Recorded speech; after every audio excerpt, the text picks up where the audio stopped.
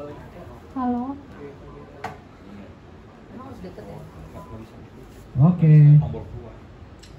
Ya, kita sekarang sudah bertemu lagi, sudah muncul kembali. Gak kerasa sudah hari Tidak Minggu kerasa lagi. sudah hari Minggu lagi.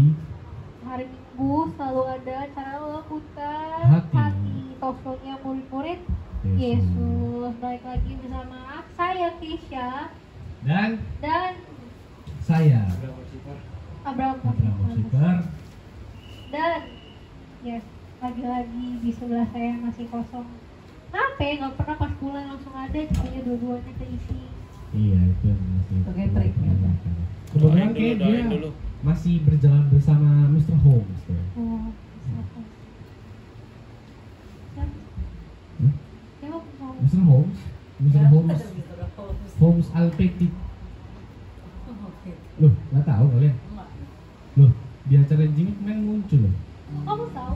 Ya, saya ketemu sama dia kemarin. Oh, bukan Iya. dia datang di sini kamu nggak ada. Ya kan saya yang manggilin kemarin. Kemarin. Proses Iya, pas Jimmy udah. kemarin. Kita sekarang sudah sampai di acara Lembutkan Hati episode berapa sekarang? Episode 2002.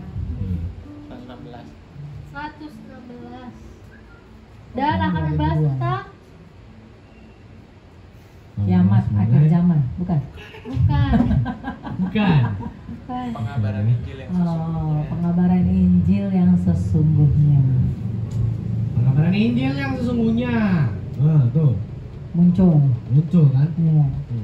Pertanyaannya pasti banyak tuh. Pamungkas mungkin juga ada ya, bakal ada di sini. Jadi jangan kemana-mana ya. Nanti bakal banyak sekali tokoh-tokoh.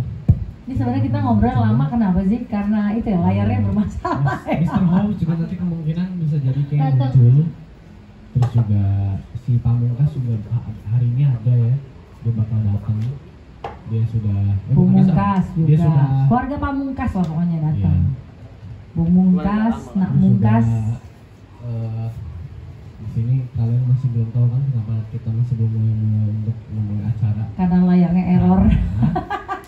Bukan kenal Jadi? error. Oh, Ada kesalahan teknisi. oh. Kata-katanya harus bagus lagi. Oh iya, oke. Jangan error. Ada kesalahan teknisi yang terjadi. Kesalahan teknisnya yang terjadi karena error. Bukan. Apa? Karena Dia kan main tebak-tebakan dulu lah. Iya, mau nanya kemarin lagi ngobrol. Bentar, kita main tebak-tebakan dulu deh. Tebak-tebakan. saya malah ada pertanyaan nih buat kalian. Ah, iya. Pertanyaan. Nah, sebelum saya tanya saya ini tentang Padahal saya mau nanya duluan. menurut kita dulu Menurut nanya. kamu. Sebelum kita ditanya kita nanya dulu aneh ya. Kita Loh, serang mereka. kan yang bikin pertanyaan kan kamu. Iya. Ya saya mau nanya. Iya. Nah, Ayo. ya kan yang bikin pertanyaan kamu. Saya kan belum bikin pertanyaan. Iya. Ayo kita serang. Saya kan belum bikin pertanyaan. Ya udah Pak, kelamaan nanti kita serang dulu yuk. Nah, Dari kamu menurut dulu. ya, Dari menurut kamu. Ya. Emang apakah ada, kan kita kan membahas mengenai perkataan Injil ya. Terus kalau kita membahas masalah ini berarti ada miskonsepsi, ada yang terjadi gitu kan. Karena kita membahas ini dan sama firman. Menurut kamu, emang perkataan Injil yang sekarang terjadi di server-server sana, apakah sampai sedemikian ambruknya sampai ada namanya miskonsepsi? Sampai sedemikian Ambruk ya. Bahasa keren sih ambruk ya. Iya.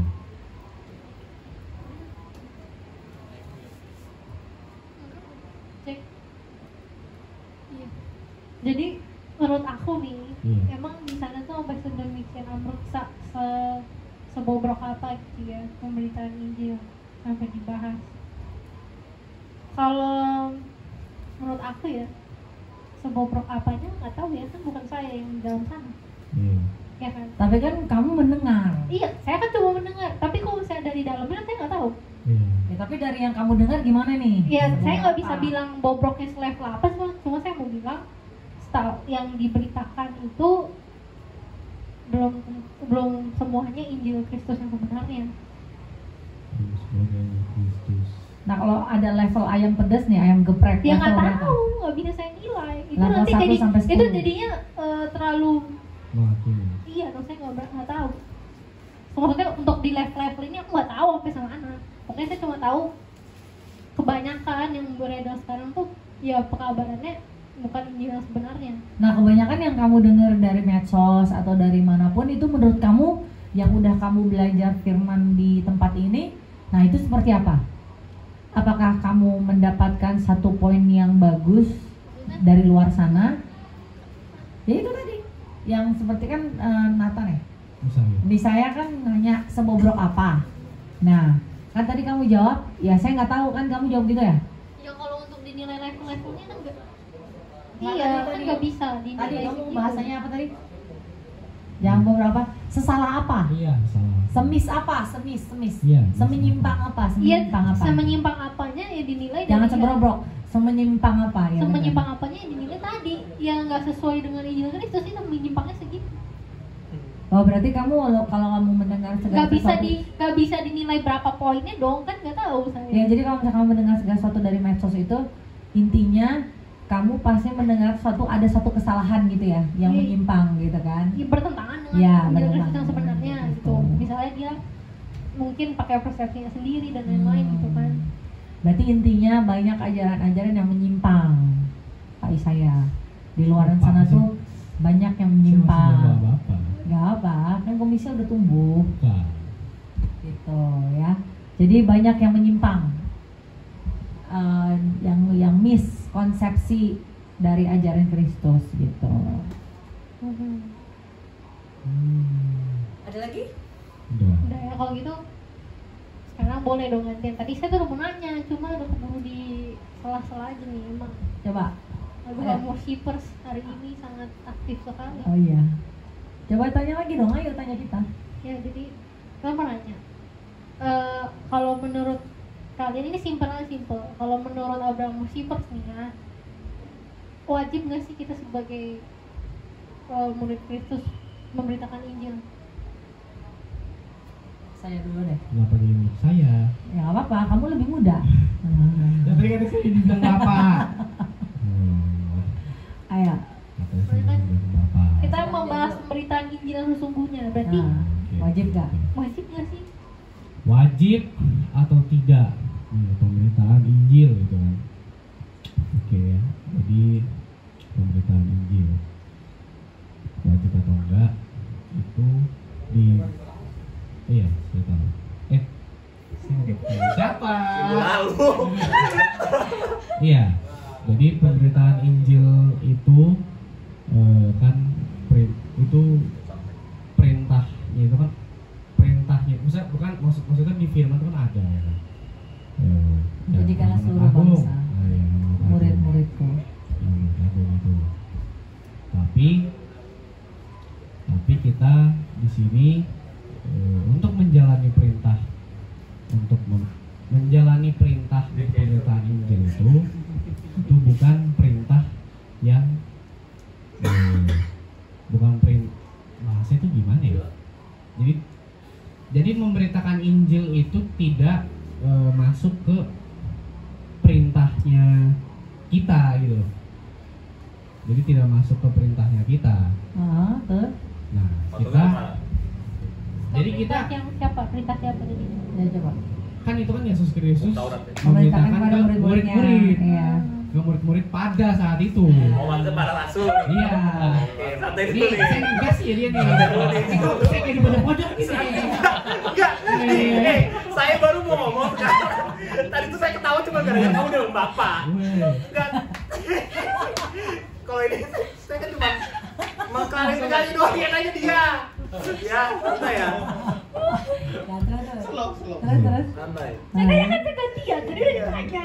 Mereka Enggak saya. bukan Gini ngegas. aja kalau nggak ngerti belum bisa jawab skip dulu. Nggak, tapi kita Kamu pada jujur aja Pak. Udah Bung Niki. Ini soalnya mereka nggak ngegas loh. Kita jangan Iya. ngegas dong. Kita apa? harus sabar. Oke. Jadi Mereka masuknya kepada murid-murid pada saat kita itu. tuh kalau ditindas seperti Yesus harus sabar. Jadi jangan Enggak ngegas. ditindas, apa Bu Citra Kak Citra enggak. Nggak apa-apa. Kita anggap mereka Ditindas, cuma mereka kayak menganggap apa. kita anggap mereka. Tuh tuh Mas Widi santai tuh. Ayo. Ini kita berdialog. Ayo, kamu coba. Berdiskusi. Ayo, cepetan. Jadi Skip aja kalau nggak bisa ya. Iya, kan jadi ada mau jawab. Nggak amanat bisa agung jawab. itu ditujukan itu untuk Pada murid-muridnya. Murid-muridnya. Ya. Oke, jadi kita nggak perlu nih. Wajib apa itu enggak? bukan perintah. Oke, Tapi kita wajib nggak? Apa? nggak wajib berarti. Kan kita Kita- murid-muridnya nggak sih? Kita Berarti nggak wajib kan? itu kan diperintahkan untuk pada saat itu. Ya. Oh, saat itu. Nah pertanyaannya tuh wajib Kita yang nggak? sekarang. Ya itu Ibaratnya bukan ibarat sih. Memang dari berbuah itu wajib. orang lain Melihat kita buahnya. sebagai murid Yesus. Tapi untuk pemberitaannya itu enggak. Kita bisa lakukan dalam keseharian Itu kita tidak. gitu loh. Itu dari yang berbuah itu. Jadi saya rangkum jawabannya Isaya ya. Nah, Isaya tuh maksud dia tuh mungkin dia bahasa yang dia gunakan itu agak kurang bisa masuk. Jadi gini, wajib atau tidak kita memberitakan Injil itu sebenarnya wajib, tapi tidak seperti yang pada zaman dulu yang harus kemana. Kita wajib itu melakukannya dalam keseharian kita dengan perkataan, perbuatan itu kita sudah berbuah, berdampak buat orang lain. Misalnya contoh sebagai pelajar, misalnya Isaya, ya kan, dia sebagai pelajar, bagaimana cara dia mewartakan Injil? Ya dengan dia belajar dengan baik, nilainya bagus, dia mendapatkan prestasi di sekolah, ya kan. Nah, dengan begitu dia sudah menjadi pewartaan Injil yang hidup gitu. Kenapa? Karena teman-temannya yang mungkin agamanya berbeda melihat, loh kok ini Isaya ini sudah pintar, sudah berprestasi di sekolah, tata bahasanya tidak kasar ya, dia berbeda dengan teman-temannya, dia saling tolong menolong dan dia baik itu bukan kepada orang yang baik kepada dia, tapi dia baik kepada semua orang gitu loh. Nah dengan begitu dia sudah mewartakan Injil. Jadi kalau ditanya tadi pertanyaan Keisha, wajib gak kita menjadi mewartakan Injil? Saya bilang sih wajib, cuman dengan cara yang zaman sekarang, zaman now gitu loh, zaman now. Jadi kita tidak pakai zaman yang ada di zaman dulu. Kenapa? Karena itu tidak bisa diterapkan di zaman sekarang.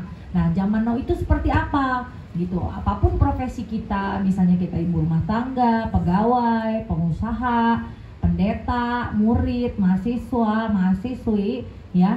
Di dalam keseharian kita mewartakan Injil, di dalam setiap perkataan dan perbuatan kita mewartakan Injil, tapi bukan yang berpura-pura, yang munafik gitu loh. Karena firman Tuhan kan menghardik orang-orang yang munafik, yang cuma hanya di mulut mereka berkata firman, tapi perkataan dan perbuatan tidak berdampak, kayak gitu. Itu jawabannya. Nanti kita akan bahas bersama-sama ya di episode kali ini. Iya. Iya. Dan selamat datang Berjumpa dengan Pak Nasu. Oke. Bapak bawa apa tuh Pak? Ini Apa itu? fan elektrik, Oh, bukan yang iklan ya. oh bukan. Untuk pengobatan. Kayak itu tongkat buat nyetrum. Buat ini kalau lagi rapat. Buat nunjuk. Kayak tongkat Harry Potter. Hati-hati tuh, tinggal bilang diem. Iya, kan tongkat Harry Potter. Oke Pak. Jadi di sini kita ngebahas Pak mengenai Penginjilan atau pemberitaan Injil yang sesungguhnya. Ini masih seperti bersambung ya berarti dengan tema Episode minggu lalu. kemarin. Minggu lalu apa ya lupa? Mempercepat kedamaian. Ya. Hmm. Kalau dulu kita belajar bahwa mempercepat kerajaan Allah itu kan harus dengan menjadi saksi, memberikan kerajaan Allah dan menjadi saksi bagi segala bangsa, dan menjadi saksinya itu kan yang belum terjadi. Oh iya. Kurang lebih ini kita juga Oh iya nyambung juga. Sambungan. kita mengupas ayat yang kurang lebih sama ya di Matius 28 ayat 19 sampai 20. Nah, di sini kan kita sering mendengar pemuka agama Kristen menyebutkan ayat itu sebagai amanat agung. Oh iya. Nah, sebenarnya perintah Yesus di dalam ayat ini bagaimana? Nah, yang dimaksud bagaimana ini kita mau mengupasnya. Coba kita lihat ayatnya. Oh iya, ini berarti kita continue ya. Apa Iya. itu yang kita bahas ini. Ya kan? Matius 28 ayat 19-20 ini kan seringkali dulu juga ketika saya hanya menjadi orang beragama Kristen itu ya itu pemahamannya saya itu adalah tugasnya para pemuka agama Kristen, ya.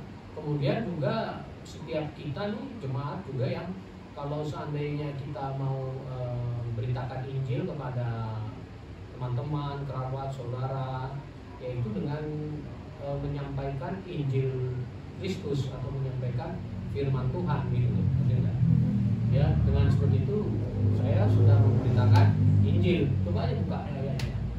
Matius 28 ayat 19 20, ya. Nah, maka sebelum kita berbicara lebih jauh, lebih banyak lagi, ini dalam membaca Alkitab, itu Alkitab ini bukan suatu cerita dongeng, bukan suatu kitab mantra, ya, yang di dalamnya terdapat ayat-ayat mantra. Ini harus dipahami dulu sama setiap kita ini, karena memang pada praktek dan pelaksanaannya, ketika dulu saya juga sebagai orang beragama Kristen, bahkan terlibat di dalam kegiatan keagamaan Kristen, Alkitab beserta dengan ayat-ayatnya itu, ya, buku ini, ya, kemudian ini setiap tulisan-tulisannya itu menjadi suatu hal-hal atau suatu objek itu yang supranatural, gitu.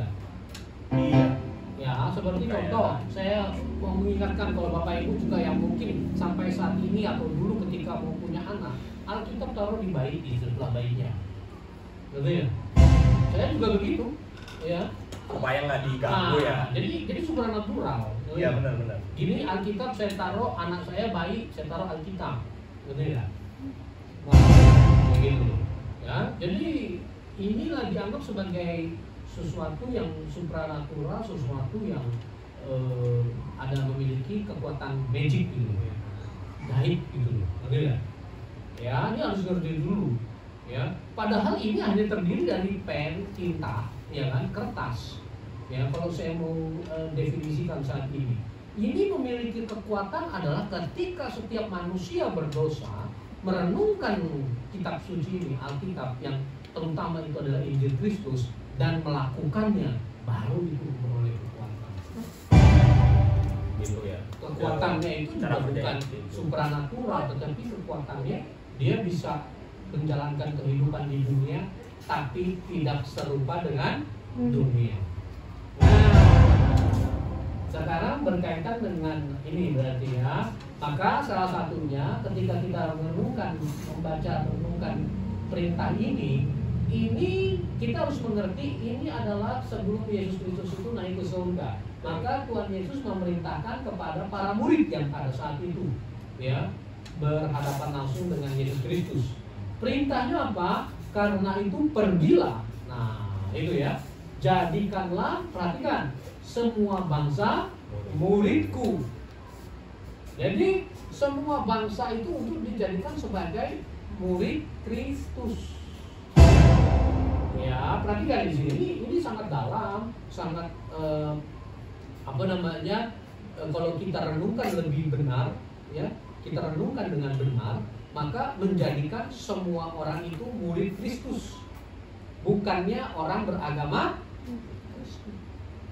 Ya, perhatikan, dan baptislah mereka dalam nama Bapa, Anak, dan Roh Kudus. Ini perintah Tuhan Yesus kepada ke-12 murid pada saat itu. Kemudian 20-nya, dan ajarlah mereka. Perhatikan, apa yang harus diajarkan kepada setiap orang yang entah dihadapi langsung oleh para murid atau yang melalui tulisan-tulisan yang sekarang ini kita sudah baca, renungkan ini, ya. Untuk apa? Melakukan segala sesuatu apa yang diperintahkan oleh Yesus kepada mereka. Oke.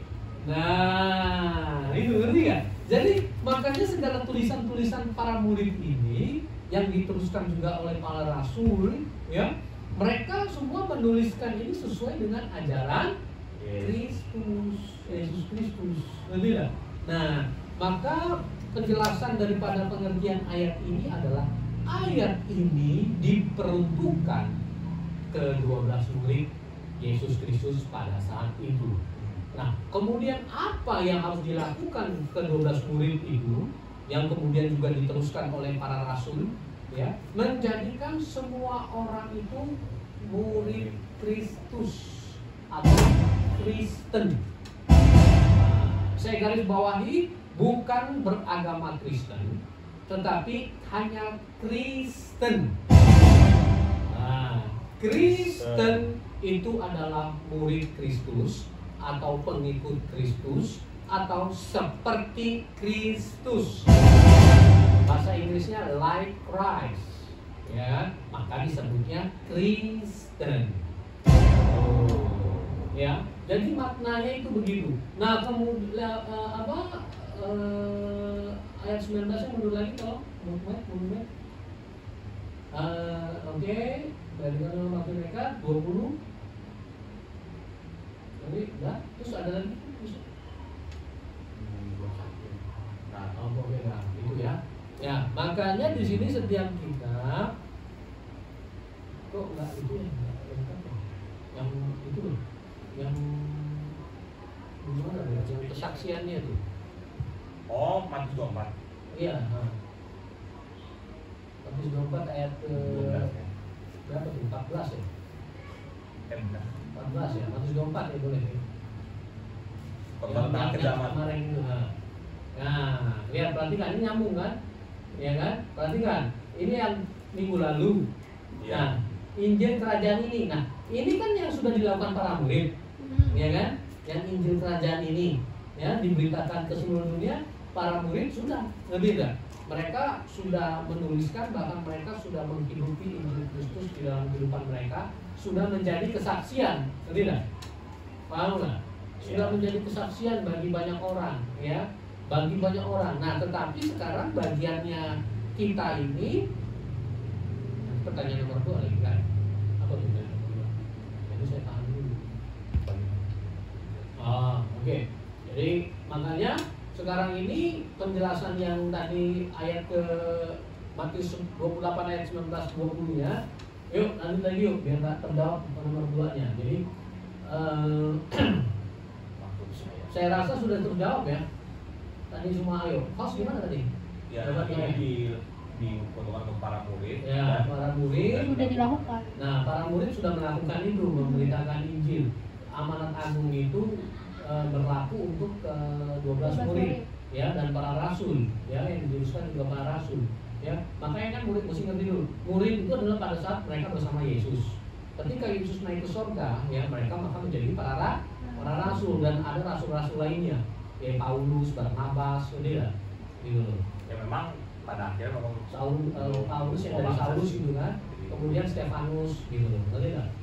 Ya, jadi ini perintah Yesus langsung kepada para murid, ya, para murid, 12 murid, gitu ya. Terus ngerti ini amanat agung ini, ya, gitu loh. Makanya nanti kan yang nomor 3 ya, miskonsepsi, nomor 2 dong, miskonsepsi. Iya, miskonsepsi nomor 2. Bahkan sekaligus bagaimana kita harus. Oke, ini ya, berarti nomor 1 udah terjawab nih ya. Udah. Ya. Ya, jadi kan ingat, saya ulangi lagi. Para murid diperintah oleh Yesus Kristus untuk menjadikan semua bangsa murid Kristus. Nah, disinilah terjadi kalau mau kita bedah, kita kupas tuntas, penyimpangan atau penyelewengannya di mana? Bukan menjadi murid Kristus, tapi menjadi orang beragama Kristen. Agama ya. Nah, ini missnya, ngerti nggak? Di dalam ayat ini missnya. Tetapi untuk penyebarannya itu sudah dilakukan oleh para murid, bahkan orang beragama lain pun, orang beragama lain atau beberapa orang di muka bumi ini, mereka sudah tahu bahwa Yesus Kristus itu adalah juru selamat dunia. Tahu, semua sudah tahu siapa Yesus Kristus itu. Tetapi karena banyak orang belum melihat kesaksian, dan itu tadi Matius 24 ayat 14, belum melihat kesaksian yang dimana setiap pengikut Kristus itu nyata atau ada di dunia ini. Maka orang cuma sekedar tahu, tetapi tidak mau mengenal. Aku tahu Yesus Kristus itu. Ya. Nah, maka ketika mereka melihat kehidupan orang beragama Kristen, mereka sama kok, orang beragama Kristen sama aja. Saya korupsi, mereka juga korupsi. Saya punya simpenan perempuan, bukan sama uang aja, punya simpenan uang, mereka juga punya simpenan perempuan. Yang ibu-ibu, wah saya suka menggosip, ya itu juga orang beragama Kristen juga perempuan, ibu-ibu banyak bergosip. Apa bedanya? Ya, nggak menjadi kesaksian. Nah, itu inilah yang sangat disayangkan. gitu ya, yang sangat disayangkan belum menjadi kesaksian. Gitu. Oke, nomor 1 sudah. Nomor 1 sudah. Ya baik. Kalau saudari kita belajar di sini mengenai maksud dari Amanat Agung Matius 8 ayat 19 sampai 20 ya. Dan kalau saudari ada pertanyaan silakan disampaikan melalui kolom komentar DM Messenger ya. Dan kita masih akan berlanjut ya. Tadi sempat disinggung sedikit mengenai miskonsepsi yang terjadi dalam penerapan penginjilan ya, dan bagaimana akhirnya kita harus memberitakan Injil sesungguhnya itu seperti apa sih ya. Dan kita akan maju oleh lagu yang diselingi lagu dulu Singer ya, bersama Abraham Musible.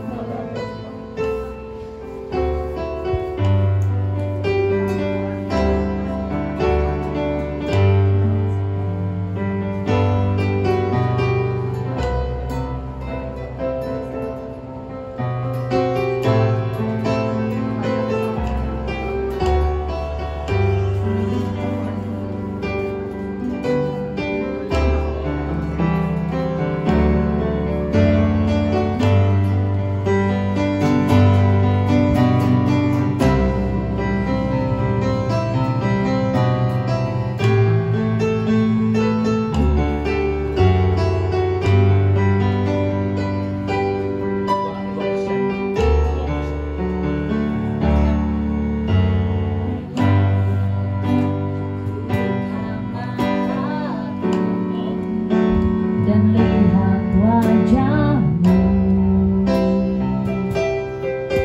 ku terkagum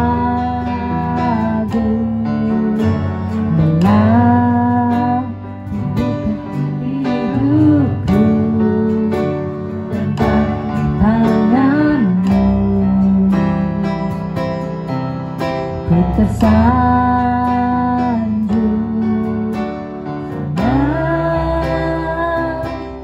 semua yang baik dalam hidupku, itulah karyamu. Kau beri kesempatan yang baru, dan ku ingin mengenalmu Tuhan, lebih dalam dari semua yang ku kenal. Tiada kasih yang melebihimu, ku ada untuk menjadi penyembahmu. Mari Bapak Ibu, kita akan nyanyikan lagu ini dengan hati yang lembut. Bila ku buka mataku dan lihat wajahmu, ku terkagum. Bila ku lihat hidupku dan karya tanganmu, ku tersanjung karena semua yang baik dalam hidupku, itulah karyamu. Kau beri kesempatan yang baru, dan ku ingin mengenalmu Tuhan, lebih dalam dari semua yang ku kenal. Tiada kasih yang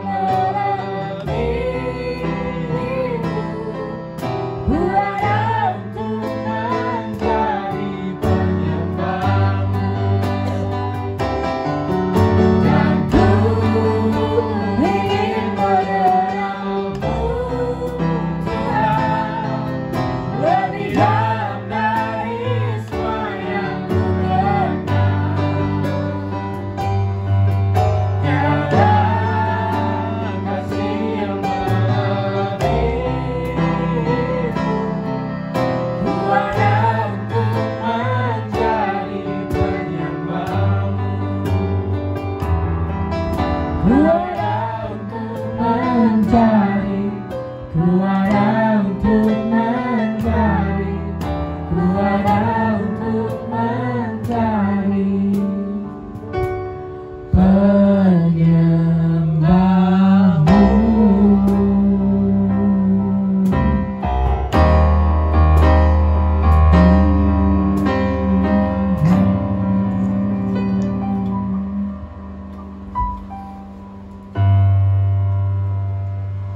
Iya. Iya, kembali lagi ke studio bersama saya Keisha, masih di acara Lembutkan Hati, talkshow-nya murid-murid Yesus. Oke, Iya. ya. Oke. Kita lanjut ke pertanyaan nomor 2 nih guys ya. Iya, nggak apa-apa, lanjut. Sambil menunggu kameranya digeser. Ke pertanyaan nomor 2 yang tadi udah sempat disinggung kan ya, mengenai miskonsepsi dalam pemberitaan Injil. Miskonsepsi dalam pemberitaan Injil, dan sesungguhnya itu seperti apa sih pemberitaan Injil? Karena kan kalau ada miskonsepsi berarti pasti ada yang benarnya gitu kan. Apa? Oke, pertanyaan berarti salah satu yang bisa dibahas di sini. Ayo, model penginjilan, apakah memang harus ya, kalau kita lihat di luar acara tuh apakah memang harus keluar? Maksudnya ngider. Oh, ngider, muter, berjalan Emang apa sih? ke tempat-tempat gitu. Iya, begitu. Iya, misionaris gitu ke Ya, tempat-tempat. Apakah pemberitaan Injil itu seperti itu salah satunya? Yang harus dari tempat A, B, C sampai ke daerah mana, atau bisa dari satu tempat gitu doang kali ya Iya. modelnya. Nah, ini kan kita bilang tadi dalam miskonsepsi ya, atau lagi dibayangkan beritakan Injil yang sesungguhnya, dan itu termasuk miskonsepsi kan kalau nggak salah. Miskonsepsi dulu aja deh. Baru Iya, ntar ke miskonsepsi dulu baru kebenaran. nanti dijelasin. Jadi kan yang tadi narasi kalian itu yang host sudah sampaikan, yang kita tahu ini sekarang ini dalam kehidupan beragama Kristen, termasuk saya juga dulu punya pemahaman ketika saya sudah keliling-keliling ya kan, dari door to door ya, dari pintu ke pintu gereja bangunan, dari tempat ini ke tempat itu ya kan, dengan saya memberitakan Injil atau berkhotbah, itu sudah pemberitaan Injil ya. Saya sudah melakukan itu amanat agung, betul ya? Jadi seperti suatu kebanggaan atau kehormatan ini. Kami ini yang mempercepat kedatangan Tuhan, kan gitu. Nah, kami inilah yang melakukan amanat agung, kan gitu. Yang ternyata setelah direnungkan lebih dalam lagi, kok bisa-bisanya saya dulu terlalu pede. Oh, kepedean ya. Iya kan? Iya. Kok bisa-bisanya saya merasa seperti itu ya. Padahal itu adalah perintahnya Yesus langsung kepada kedua murid. Betul ya? Ya, padahal saya juga saat itu adalah hanya sebagai orang beragama Kristen. Nah, Jadi ya, ini makin salah. nah makin salah ya. Loh, saya ternyata bukan seorang murid. Saya cuma orang beragama Kristen yang mendapatkan doktrin agama, yang mendapatkan ajaran dari senior-senior atau dari pemuka agama Kristen sebelumnya itu, yang dimana saya hanya menjadi pembicara orang beragama Kristen. Ini ya, dari sini aja sudah sangat berbeda kan gitu. Ya inilah makanya miskonsepsinya, yang sesungguhnya para murid menuliskan itu supaya setiap kita pembaca ini yang merenungkan ini ya, mengetahui dan mempercayainya. Oh, bahwa awal mula ini kitab ini itu adalah mereka melakukan jadi ya, segala apa yang diajarkan oleh Yesus Kristus. Maka para ke-12 murid dan para rasul mereka menuliskan, benar. Nah, supaya setiap orang yang menerima Alkitab ini, Injil Kristus ini, percaya dan mengikuti, ya kan, mengikuti jejak para murid, para rasul, yang dimana para murid ini, para 12 murid dan para rasul juga, mereka pada masa hidupnya juga menghidupi Kristus, menghidupi Injil Kristus di dalam kehidupannya mereka. Oke, jadi intentionnya itu. Nah, ya. Gila. Jadi miskonsepsinya itu pemberitaan Injilnya itu yang hanya cuma cuap-cuap seperti sales. Marketing. Seperti marketing. Ya kan? Iya. Nah, saya bilang begitu aja nggak jauh beda seperti marketing, seperti sales. Meskipun memang yang dia sampaikan atau yang dia pergunakan itu adalah buku Alkitab, kemudian yang diutarakan juga di dalam mimbar itu juga adalah firman Tuhan, ya kan? Nah, tetapi pada pelaksanaannya, pada penjelasannya atau definisinya tidaklah sebagaimana yang diajarkan oleh Yesus. Itu yang di ayat ke-20, ajarlah. Kan Yesus aja memerintahkan kepada ke-12 murid, ajarlah mereka apa yang aku perintahkan, yang aku ajarkan. Nah, sekarang yang terjadi di dunia ini, para pemuka agama Kristen mengajarkan para jemaatnya apa yang menurut pengertian mereka sendiri. Oke. Gitu. Tafsiran mereka atau doktrin-doktrin yang memang sudah menjadi mengkristal atau membunuh menjadi mengkristal, sudah dari turun temurun ajarannya, gitu ya, ajaran agama Kristen, gitu ya. Nah, seperti itu, gitu ya. Sudah dari dulu ini seperti ini kok, sudah dari zamannya Martin Luther kah, gitu ya, atau Kaisar siapa tuh? Konstantin kah, gitu ya. Ya sudah seperti itu, yang sudah menjadi suatu dari awal mulanya begitu tradisi, ya kan? Ajarannya begitu, ya udahlah. Yang gimana yang jadi tidak berani untuk berbeda, untuk menjadi murid Kristus, masih mau pada di zona nyaman. Nah, maka ketika saya, kalau secara pribadi, ketika saya merenungkan firman Tuhan ini udah bukan sesuai dengan ajaran Kristus, ngerti nggak? Maka saya memutuskan untuk keluar dari zona nyaman ini, ngerti nggak? Saya mau menjadi murid Kristus, ngerti nggak? Paham kan sampai di sini? Maka inilah tadi yang miskonsepsinya, yang termasuk diri saya juga, ya, bahwa memberitakan Injil itu yang dimiskonsepsi, yang terjadi kekeliruan atau kesalahpahaman itu bukanlah seperti yang dilakukan para marketing, para sales suatu produk atau suatu jasa, tetapi kita ini sebagai pengikut Kristus ini harus menghidupi Injil Kristus itu di dalam kehidupan kita, sehingga kita ini menjadi murid yang bisa memberikan kesaksian kepada orang-orang di sekitar kita. Nah, maka dari itu tadi pertanyaannya Keisha kepada Nathan itu, wajibkah, yang sudah dijawab juga oleh Nathan dan Fitra, gitu ya. Nah, berbicara mengenai pemberitaan Injil yang salah kaprah atau yang sebagai sales, ya, itu tidak wajib, tidak. Paham nggak?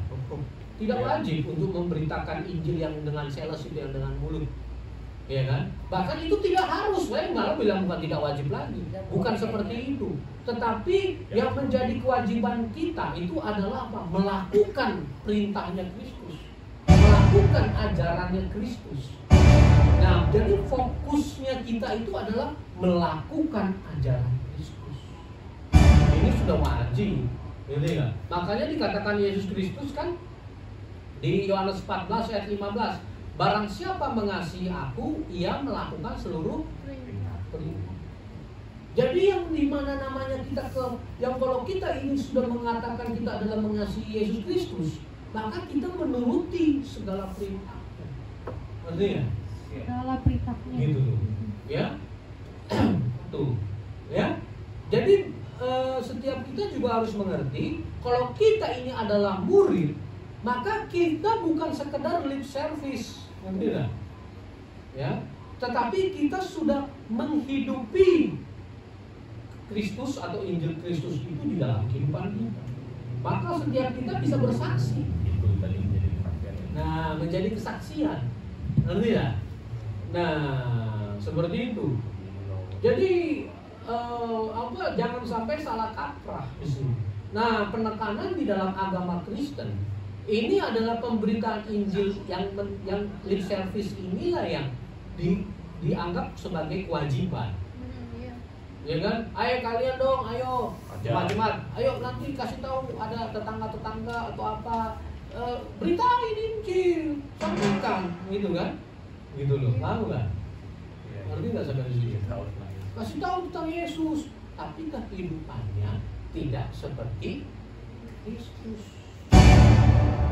Nah, kalau saya kebalik. Kalau saya nggak begitu. Kalau saya apa? Saya selalu bilang, ayo hidupin Injil Kristus di dalam kehidupan kita. Gitu ya. Nggak usah kamu banyak berbicara berkata-kata. Ini loh, Yesus Kristus itu Tuhan dan Juru Selamat loh. Yohanes 14 ayat 6 begini, ya kan? Tuh. Bahwa apa? Yesus itu adalah jalan kebenaran dan hidup. Ya kan? Barang siapa tidak melalui Yesus tidak akan sampai kepada Bapa. Itu firman Tuhan Injil Kristus. Saya mintakan ini kepada kamu supaya kamu selamat. Lalu si pendengar gini, lo bagaimana kau mau bilang Yesus itu? Kau aja yang katanya beragama Kristen, kau masih minum-minum alkohol? Iya kan? Apa itu Yesus Kristus yang kau sembah, yang kau katakan jalan kebenaran dan hidup? Ya, yang kau mau mengajak aku dengan berita Injil itu yang kau sampaikan kepada aku, tapi kehidupanmu masih kehidupan serupa dunia. Ayo, contohnya. Nah, nah itu seperti Mahatma Gandhi quote-nya, aku suka Kristus kamu, tetapi aku tidak suka orang-orang beragama Kristen. Ngerti nggak? Nggak apa-apa, nggak usah ditampilkan. Saya sebutkan aja. Ya, Mahatma Gandhi berkata seperti itu quote-nya. Kalau semua orang beragama Kristen hidupnya seperti Kristus, seluruh dunia menjadi pengikut. Lihat tuh, tokoh agama lain loh bisa mengerti loh. Ini kan suatu bukti konkret, suatu hal yang nyata. Ya, berarti apa? Kegagalan setiap orang beragama Kristen, tokoh-tokoh agama Kristen ini untuk mempersiapkan para jemaat Allah menjadi muridnya Kristus. Pada praktek dan pelaksanaannya, mereka para pemuka agama Kristen menjadikan jemaatnya menjadi murid-muridnya mereka, menjadi anggota jemaat mereka. Ini realita loh. Ini realita loh. Saya mengajak setiap kita renungkan, gitu loh. Ayo, syarat untuk menjadi beragama Kristen sama syarat menjadi murid Kristus saja beda. Kan saya udah pernah. Syarat murid Kristus itu apa? Ya kan? Percaya, ya kan? Gitu loh. Ya kan? Mau lahir baru, mengasihi Yesus, menyangkal diri, berbuah. Syarat beragama Kristen apa? Percaya kepada Yesus, tapi di bibir. Ya kan? Yang kedua apa? Mau terdaftar. Mau nggak dibaptis, terdaftar di gereja lokal ini, ya kan? Nah, yang ketiga mengikuti ya tata cara tradisi ibadah ya, berlaku di gereja kita ya. Nah, kan itu syarat beragama Kristen. Ya kan? Ya beda dong. Nah, sekarang Bapak Ibu Saudara sekalian, hanya mau menjadi orang beragama Kristen atau mau menjadi pengikut Kristus? Nah, ini tadi lagi bicara makanya miskonsepsi. Terjadi miskonsepsi, kenapa demikian bisa terjadi? Loh, karena apa yang diajarkan Yesus Kristus tidaklah ada terjadi di dalam kehidupan beragama Kristen. Karena dari dasarnya aja udah salah pemahaman. Mereka memiliki pemahaman bahwa ini Alkitab ini adalah buku mantra. Bahkan salib yang mau terbuat dari aluminium, dari emas, dari perak, dari apa, itu mempunyai kekuatan supranatural. Perhatikan film-film horor atau kejadian-kejadian salib. Begitu ya? Mau? Gitu loh. Coba saya kenapa menyukai film horor? Itu untuk menganalisa si penulis ini. Iya kan? Pemahamannya dia. Saya merenungkan, menganalisa. Ini kan penulis kan punya imajinasi atau berdasarkan kenyataan. Latar belakang sendiri. Punya latar belakang sendiri. Apalah punya dari sumbernya si penulis ini, ngerti nggak? Si pembuat naskah. Makanya saya nonton itu bukan. Saya nonton nggak ada yang ketakutan, enggak, tanya aja istri saya, tanya aja anak-anak saya yang suka nonton. Saya nyantai nontonnya karena berpikir, merenungkan. Ini ini kok terjadi penyimpangan ya pemahamannya, ngerti nggak? Ya mau itu pastor, mau itu pendeta, pasti kalah sama iblisnya. Kalau benar-benar udah nggak ada. Kenyataannya di Alkitab mana ada begitu. Ketika Petrus datang kepada seorang anak, seorang yang kerasukan, maka si iblis itu ketika iblis itu berkata, terpentallah Petrus. Nggak ada, iya kan? Bahkan gini, perlawanan aja nggak ada. Udah yang lawan ya sih. Nggak berani lawan. Jadi Bahkan dia adalah salah satu Petrus aku kenal, Paulus aku Nah, kenal. mereka langsung terbirit-birit kabur. Kenapa bisa begitu? Yang mirip Kristus dilawan. Nah, ini bukan lawanan. Di film itu bilang apa? Bahwa iblis ini adalah musuhnya manusia. Salah. Musuhnya manusia adalah ketika bersahabat sama dunia. Alkitab yang bilang. Bukannya iblis. Iblis pun nggak ada lawan-lawannya kita. Bapak Ibu yang menyaksikan ini mau ada yang kesurupan atau apa? Bukannya kita kalau panggil aja Abraham Bos. Nanti datangin dia.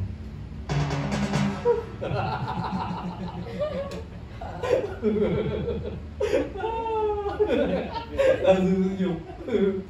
Panggil, hubungi Abraham Bos. Ada yang kesurupan, ada yang apa, ya kan?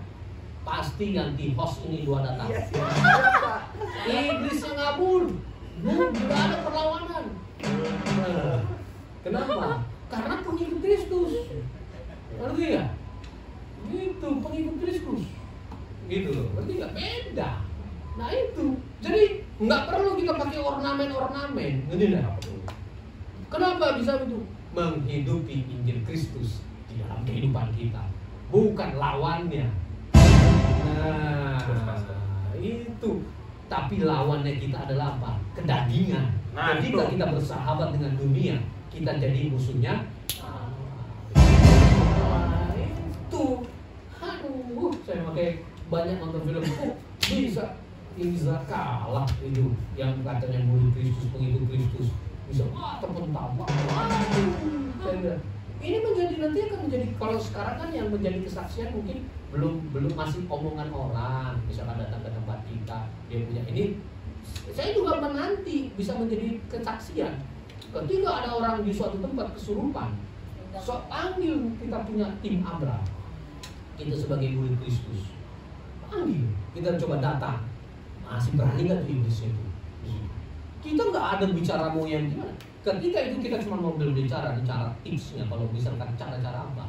Jadikan dia bangsa, dia orang itu sebagai murid Kristus. Artinya mau menghidupi Kristus di dalam hidupmu, ya kan?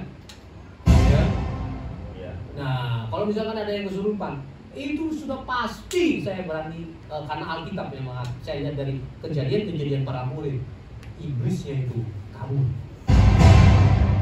Dia merasa nggak nyaman dia. Sekarang kesaksian aja deh dari orang-orang itu sendiri, orang yang punya ilmu hitam, punya apa, mau datang ke tempat ini, mau apa, mereka sendiri merasakan gerah, mereka merasakan nggak nyaman, tidak mau nggak? Ya kan? Kenapa? Karena kita mau terus belajar menjadi pengikut Kristus. Gitu. Kita cuma mau menjadi kesaksian kok, ngerti nggak? Paham aja dari sini. Jadi setiap Injil Kristus itu kita berusaha untuk menghidupinya di dalam kehidupan kita. Nah makanya baru tadi kan disponsasi ini kan.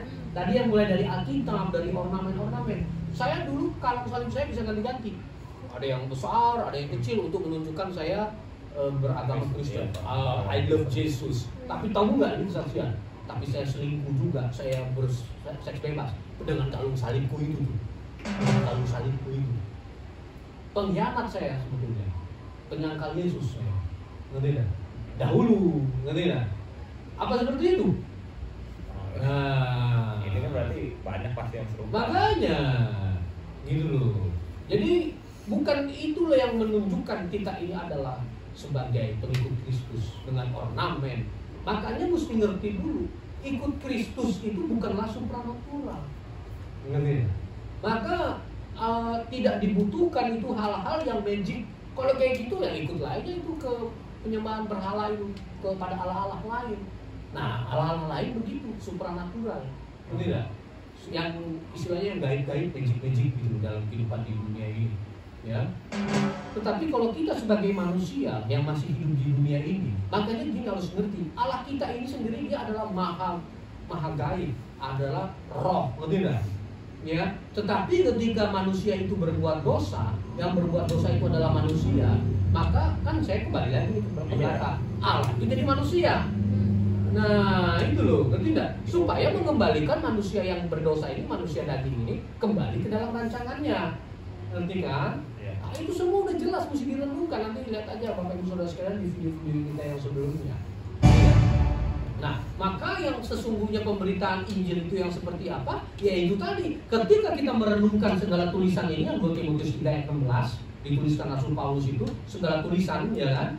Nah, yang dituliskan oleh para murid dan para rasul ini mendidik mengajarkan.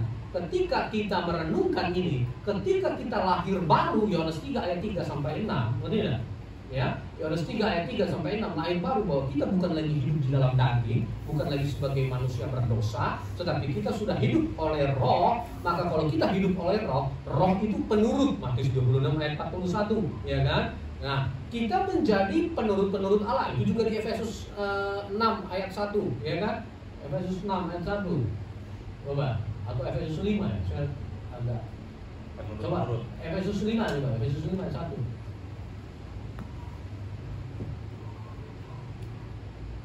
Nah, sebab itu jadilah penurut-penurut Allah seperti anak-anak yang Matius 26 ayat 41, roh itu penurut, daging itu lemah. Nah, maka dari itu Yesus Kristus juga berkata di Yohanes 3 ayat 3 sampai 6, kamu harus dilahirkan kembali. Artinya bukan lagi hidup dalam daging, tetapi hidup oleh roh. Nah, roh yang ada pada kita menghidupkan roh ini, dagingnya mati. Ketika hidup oleh roh, maka kita ini pasti sudah apa? Sudah melembutkan hati. Jadi untuk dari kesemuanya itu, sikap dasar manusia ini adalah lembutkan hati. Kalau nggak lembutkan hati, kita nggak akan pernah bisa untuk hidup oleh roh. Makanya Yakobus juga mengatakan, Yakobus 1 ayat 21, buang segala sesuatu yang kotor. Jadi semuanya nyambung, semua mau ditulis para murid, para rasul yang Yesus berkata kemudian dituliskan oleh murid Matius 5 ayat 8, bahwa apa? Berbahagialah orang yang suci hatinya akan melihat Allah. Matius 5 ayat 8 atau ayat 3 ya? Oh 8, ya benar. Tuh ya. Jadi kalau dia suci hatinya, maka segala yang kotor itu dibuang. Maka hatinya jadi suci, akan melihat Allah. Nah, melihat Allah ini pun juga bukan secara langsung, secara harafiah, melihat secara wujudnya, tidak. Tetapi melihat Allah adalah apa? Ketika firman Tuhan, Injil Kristus itu dia hidupi, dia lakukan, dia melihat, sungguh ini adalah suatu kebenaran. Tidak? Oh, inilah yang dikehendaki oleh Allah, supaya saya tidak binasa. Itu. Jadi sesungguhnya yang memberitakan Injil itu adalah ketika kita, seperti Rasul Paulus juga menulis di Filipi 1 ayat 27, hidup sepadan dengan Injil Kristus. Seperti Tuhan Yesus juga memberi perumpamaan, Matius 7 ayat 24 sampai sekian. Seperti orang yang membangun rumah atau bangunan, dasarnya itu apa? Pasir atau batu. Tetapi kalau yang melakukan firman Tuhan, dasarnya adalah batu. Nah, itulah memberitakan Injil yang sesungguhnya. Makanya juga di Matius 7 ayat 16 dikatakan dari buahnya. Tuh, maka ketika kita menghidupi Injil Kristus di dalam kehidupan kita, orang mengenal kita dari buahnya itu. Oh, dia meskipun situasi pandemi ini, bahkan nanti akan jadi udah endemi ini, dia seorang pekerja, pengusaha, ya kan? Pengusaha, pekerja, tapi dia tetap setia loh, dia tetap taat loh, dia tidak tergoyahkan sedikit pun, tidak memanipulasi, dia tetap bekerja dengan jujur, dia tetap pengusaha yang jujur, tidak tergoda, tergiur oleh tipu-tipu daya dunia ini. Kenapa dia bisa begitu ya? Ketika dia tanya, Pak, Bu, ibu kok bisa tetap menjadi istri yang tetap setia mendampingi suaminya ketika dia di PHK? Ibu memberikan semangat, ibu memberikan dorongan. Terus ibu juga terlibat di dalam ibu juga memulai suatu usaha kecil-kecilan. Pokoknya ibu bisa menjadi seorang istri yang mengasihi suami. Kenapa ibu bisa begitu? Karena aku ikut Kristus. Nah, oh Kristus, oh seperti itu ya ajaran Kristus. Iya, ya, ngerti ya? Seperti itulah ajaran Kristus. Nah, itu dari buahnya setiap orang mengenal kita, menjadi kesaksian bagi semua bangsa. Baru tiba kesudah. Nah, marilah yuk cepat-cepat yuk jadi saksi lah. Bapak Ibu yang kebetulan menyaksikan ini, mari setiap kita jadi saksi-saksi Kristus. biar cepat-cepat datang Tuhan. Ya. Jadi kita bukan jadi orang beragama Kristen, tetapi kita menjadi saksi-saksi Kristus. Boro-boro mau bilang kita sebagai saksi Kristus, kita nggak ada membersihkan hati, artinya melembutkan hati, nggak menghidupi Injil Kristus. Apa yang mau kita saksikan? Nah, tapi kan kenyataannya yang miskonsepsi juga. Oh, saya dulu miskin. Ketika saya sudah beragama Kristen, saya datang ke tempat pendeta, pendeta mendoakan saya terus ini, tiba-tiba saya menjadi kaya raya. Kan begitu saksinya. Saya dulu nggak punya anak, mandul, ya kan kata dokter. Tapi oleh doa-doa pada pendeta, doa-doa saudara kerabat semua gini, saya punya anak. Kan begitu saksinya. Saya dulu beragama A, tiba-tiba saya beragama Kristen. Dulu saya menemukan seperti kehampaan, tapi setelah saya beragama Kristen, saya menemukan damai sejahtera. Ya kan? Karena saya ya suami saya kaya raya, ganteng, ya kan? Ya sejahtera hatinya. Tuhan mengirimkan suami saya. Ya kan? Loh, sekarang kita mau jujur-jujuran. Di agama lain juga begitu. Dulu saya agamanya Kristen. Sekarang ketika saya beragama I, agama B, agama A, agama X, saya menemukan kebenaran, saya menemukan kenyamanan di sini. Sama. Iya kan? Iya. Gitu loh. Mau nggak? Nah, jadi semua agama itu baik adanya. Ngerti nggak? Mengajarkan moral, mengajarkan kebaikan. Paham kan? Tetapi kalau mau berbicara mengenai kebenaran, hanya Yesus Kristus itulah kebenaran. Mau tahu mengenai perbedaan kebaikan dan kebenaran? Mau tahu? Mau. Nah, minggu depan kebaikan dan kebenaran. Good. Iya, kebaikan dan kebenaran. Gitu. Ya, spoiler aja. Kebenaran itu tentunya harus ada dasar landasan, yaitu hukum. Makanya di dalam pengadilan dunia itu adalah ada pengadilan, ada hukum. Setiap negara memiliki hukum supaya itu menjadi pondasi yang jelas. Maka untuk menyatakan orang bersalah atau orang yang tidak benar dengan orang benar, itu hukum. Nah, kalau bicara hukum Allah, ada pada Yesus Kristus. Karena dialah kebenaran, dialah hukum itu sendiri. Maka setiap orang yang hidup seperti Kristus sudah hidup di dalam kebenaran. Nah, sedikit spoilernya. Lanjutannya dong minggu depan. Ya. Nah, maka dari tadi itu pemberitaan Injil yang semua saya sudah jawab ya. Sudah, bagaimana memberitakan Injil sesungguhnya, tidak dengan cuap-cuap tapi dihidupi. Nah, sedikit lagi lah saya teringat lagi Yohanes 3 ayat 34. Ini juga banyak kekeliruan. Jadi berbicara mengenai pemberitaan Injil, itu berarti saya dulu ini adalah sebagai utusan Allah. Maka ketika saya sudah bertobat artinya saya merenungkan mau mengenal Kristus. Saya menyadari bahwa saya bukanlah utusan Allah. Saya hanyalah orang biasa yang merenungkan Injil Kristus dan berjuang untuk taat sampai akhir hidup, yaitu melakukan Injil Kristus di dalam kehidupan saya. Saya cuma berbuah, saya cuma bersaksi. bicara ini utusan Allah atau enggak nih ya? Iya, ini makanya Yohanes 3:34 ini berkaitan di dalam amanat agung itu. Kalau dulu kita punya pemahaman karena saya ini adalah orang beragama Kristen yang berkhotbah kesana kemari, ya. Saya diutus Allah. Saya yang mempercepat kedatangan Allah. Ngerti nggak? Kita lah pemuka-pemuka ini yang mempercepat kedatangan Allah. Kita ini juga adalah utusan Allah. Padahal ini lagi berbicara apa? Sebab siapa yang diutus Allah, dialah yang menyampaikan firman Allah. Karena Allah mengaruniakan rohnya dengan terbatas. Buka perikopnya. Coba dibaca di kita itu. Apa sih judul perikopnya? Kesaksian Yohanes tentang Yesus. Yang jelas suaranya. Kesaksian Yohanes tentang Yesus. Baca. Kesaksian Yohanes tentang Yesus. Ulang lagi. Kesaksian Yohanes tentang Yesus. Apa nggak cukup jelas, Bapak Ibu Saudara sekalian? Ini lagi berbicara Yesus Kristus. Tentang Yesus ya. Nah, itu kan aneh bin ajaib. Kalau setiap pemuka agama Kristen mengartikan ayat ini ditujukan ke dirinya. Gitu. Benar nggak? Iya. Nah, gini loh. Kalau saya jujur aja lah maksudnya begini.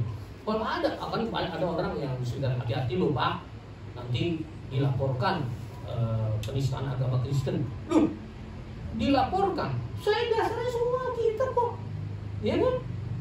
Saya nggak menista agama, nggak menistakan agama Kristen. Yang saya sampaikan ini firman Tuhan, tidak?